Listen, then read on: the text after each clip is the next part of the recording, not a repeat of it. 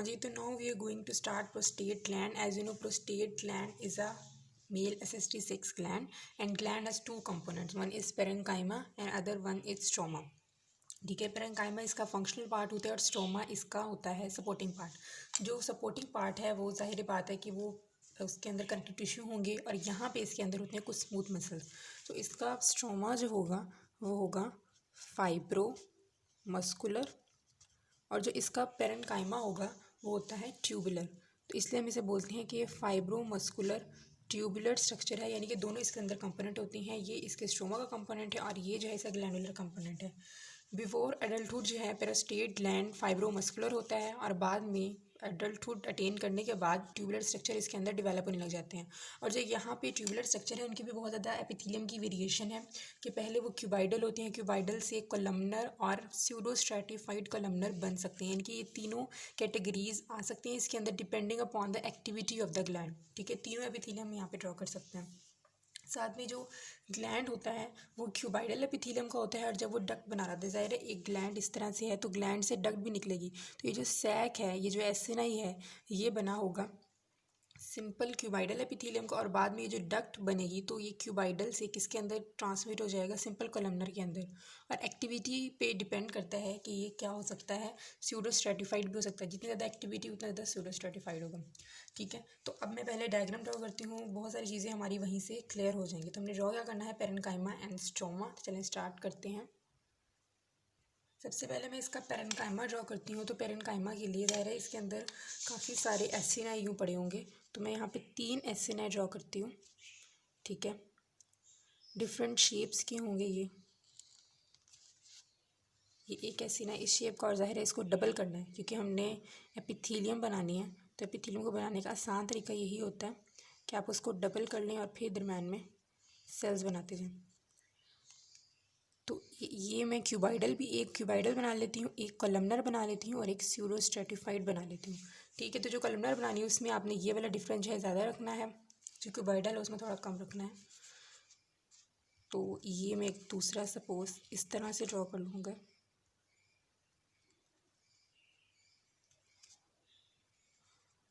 तो ये इस तरह से हो जाएगा. और एक थर्ड वन की एक और तरह की शेप मैं बना लेती हूँ. तो ये इस तरह से हो जाएगा. ठीक है, 3 आपने बना लेने हैं. अब यहाँ पे एपिथेलियम तीनों की डिफरेंट तरह की बनाऊंगी मैं. एक पे इस पे मैं अगर क्यूबाइडल बना रही हूँ, ठीक है, क्यूबाइडल के अंदर क्या होता है कि लेंथ और हाइट जो होती है तकरीबन सेम होती है.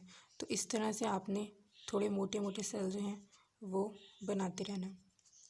इस तरह से आपने इसे कंप्लीट कर लेना. इसको बाद में मैं खुद कंप्लीट कर लूँगी. और यहाँ पे सेल्स लाजमी बात है किस तरह के हमने बनाने. अगर क्यूबाइडल बनाया है तो यही बेजल हमने यूँ स्टार्ट कर लेने. ठीक है, इस तरह से बेजल सेल्स बना लेने. उसके बाद कॉलमनर के अंदर हमने क्या करना है, जिसकी लेंथ होगी वो ज़्यादा होगी एज़ कम्पेयर टू विड्थ, यूँ बनाते रहना है. ठीक है, तो ये जो है समहाउ कॉलमनर लग रहे हैं और ये जो है क्यूबाइडल लग रहे हैं. कॉलमनर के अंदर भी हमने इसी तरह से एलोंगेटेड बेजल न्यूक्लियाई बनानी है, डार्कली स्टेन्ड. ये इस तरह से बन गई. और यहाँ पे स्यूडो स्ट्रैटिफाइड बनानी है. स्यूडो स्ट्रैटिफाइड को हम कैसे बना सकते हैं, सिंपल सा तरीका है. ऐसे एक सेल बनाएं, ये टॉल सेल हो गया, और इसके अंदर एक छोटा सा बेजल सेल बना दें. फिर ऐसे ही बेजल सेल बनाते जाएं और ऊपर से टॉल कॉलमनर को ड्रॉ करते जाएं. ठीक है, ये तरीका होता है.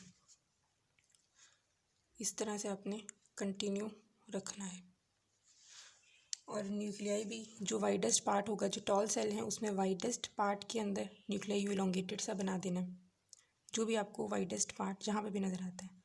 ठीक है, स्यूडो स्ट्रेटिफाइड है. स्ट्रेटिफाइड का मतलब होता है एक से ज़्यादा लेयर, और स्यूडो का ये मतलब होता है कि देखिए ये 2 लेयर प्रॉपर 2 लेयर नहीं बनी हुई, बल्कि बड़े सेल्स ने छोटे सेल्स को अपने अंदर छुपाया हुआ है, तो इसलिए हम इसे स्यूडो कहते हैं.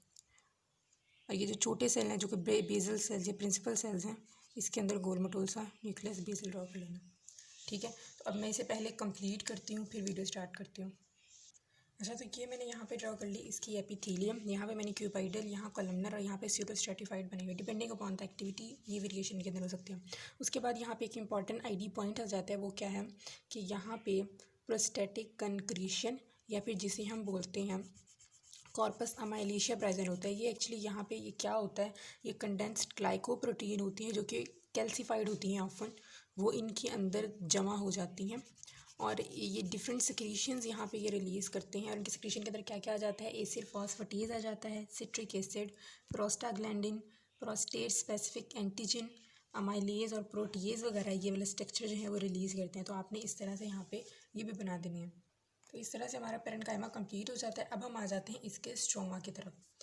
स्ट्रोमा क्या, स्ट्रोमा के अंदर मैंने आपको बताया था कि ये फाइब्रोमस्कुलर स्ट्रोमा होता है इसका, ठीक है। फाइब्रोमस्कुलर बताया था ना, ये हमने पेरेन्काइमा बना लिया यहाँ पे, और फाइब्रोमस्कुलर बनाने यानी कि हमें यहाँ पे कोलेजन फाइबर्स, इलास्टिक फाइबर्स यहाँ पे काफ़ी सारे बना देंगे, ठीक है। ये इस तरह से हम बना देंगे। और कोलेजन फाइबर्स के अंदर हमें पता है कि हमें ब्लू डॉट्स भी लगाने होते हैं, तो वो भी हम लगेंगे। और साथ में हमें यहाँ पे स्मूथ मसल्स को ड्रॉ करना होगा। इस तरह से मैंने बना दिया, ठीक है। यहाँ पे अब मैं ब्लू डॉट्स लगा रही हूँ, थोड़े से अपने ब्लू डॉट्स इधर उधर लगा दिए, ये लगा दिया। उसके बाद यहाँ पे स्मूथ मसल्स फाइबर होने हैं जो कि इसकी सिक्रीशन को रिलीज़ कराने के अंदर इम्पॉर्टेंट होते हैं, ठीक है। ये यहाँ पे स्मूथ मसल्स डिफरेंट जगह पर आपने ड्रॉ कर लेने हैं। और स्मूथ मसल्स के अंदर हमें पता है कि इलोंगेटेड फ्लैटेंड न्यूक्लाई होते हैं, तो वो भी हम यहाँ पे कर देंगे।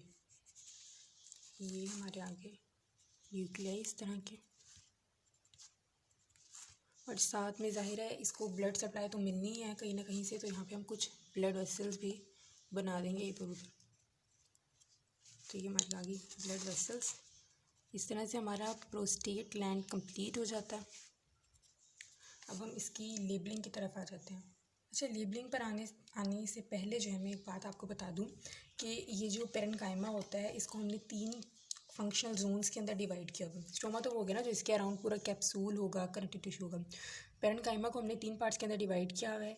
एक सेंट्रल जोन, उससे आउटर ट्रांजिशनल जोन, और उससे भी बाहर जो है हमारे पास आ जाता है पेरिफेरल जोन, और इसे हम बोलते हैं मेन प्रोस्टेटिक पार्ट जो कि 70% होता है, ठीक है। यहाँ पता है कि ऊपर से यूरिनरी ब्लेडर से नीचे यूरिथ्रा निकल रहा है, और इधर जो है ना यानी कि यूरिनरी ब्लेडर और यूरिथ्रा के दरमियान जो जंक्शन है वहाँ पे प्रोस्टेट ग्लैंड पड़ा होता है, ठीक है। तो जो बिल्कुल यूरिथ्रा के बिल्कुल साथ है इसको हम बोलते हैं कि सेंट्रल पार्ट, उससे आउटर जो है ट्रांजिशनल, और उससे भी आउटर जो है उसे पेरिफेरल जोन कहते हैं, जो कि 70% वो हमारा मेन प्रोस्टेटिक पार्ट है।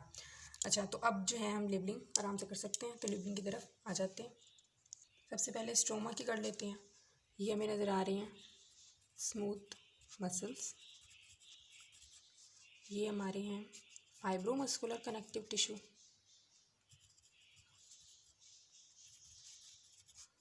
ठीक है।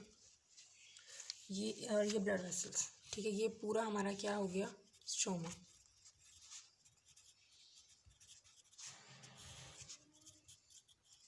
स्ट्रोमा, ठीक है। उसके बाद हमारे पेरेन्काइमा के अंदर क्या आ जाता है, स्यूडो स्ट्रेटिफाइड एपिथेलियम,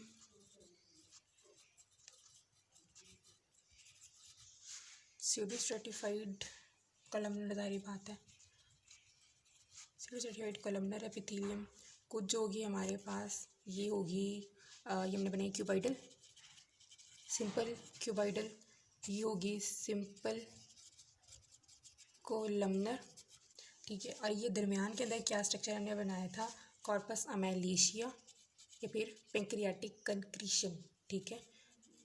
अमाइलेशिया क्या बोलते हैं, पेंक्रियाटिक कंक्रीशन, जिसकी हमने सिक्रीशन बताई थी कि कौन कौन सी सिक्रीशन रिलीज़ करता है। सिट्रिक एसिड, प्रोस्टाग्लैंडिन आ जाते हैं इसके अंदर, ठीक है। इस तरह की डिफरेंट सिक्रीशन कंक्रीशन आ गया, ठीक है। तो ये ऐसे करती हूँ मैं, एक दफ़ा इसकी सिक्रीशन के नेम्स लिख देती हूँ, वो इम्पॉर्टेंट है। चलिए लिखते हैं।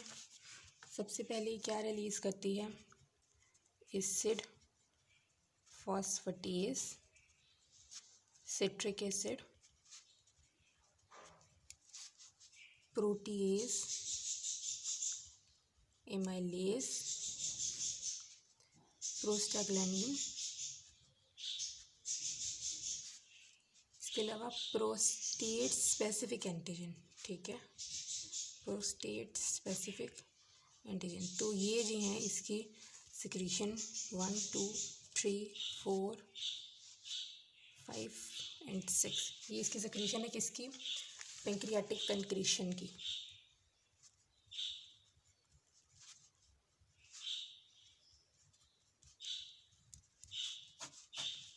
So this is all. Thanks for watching.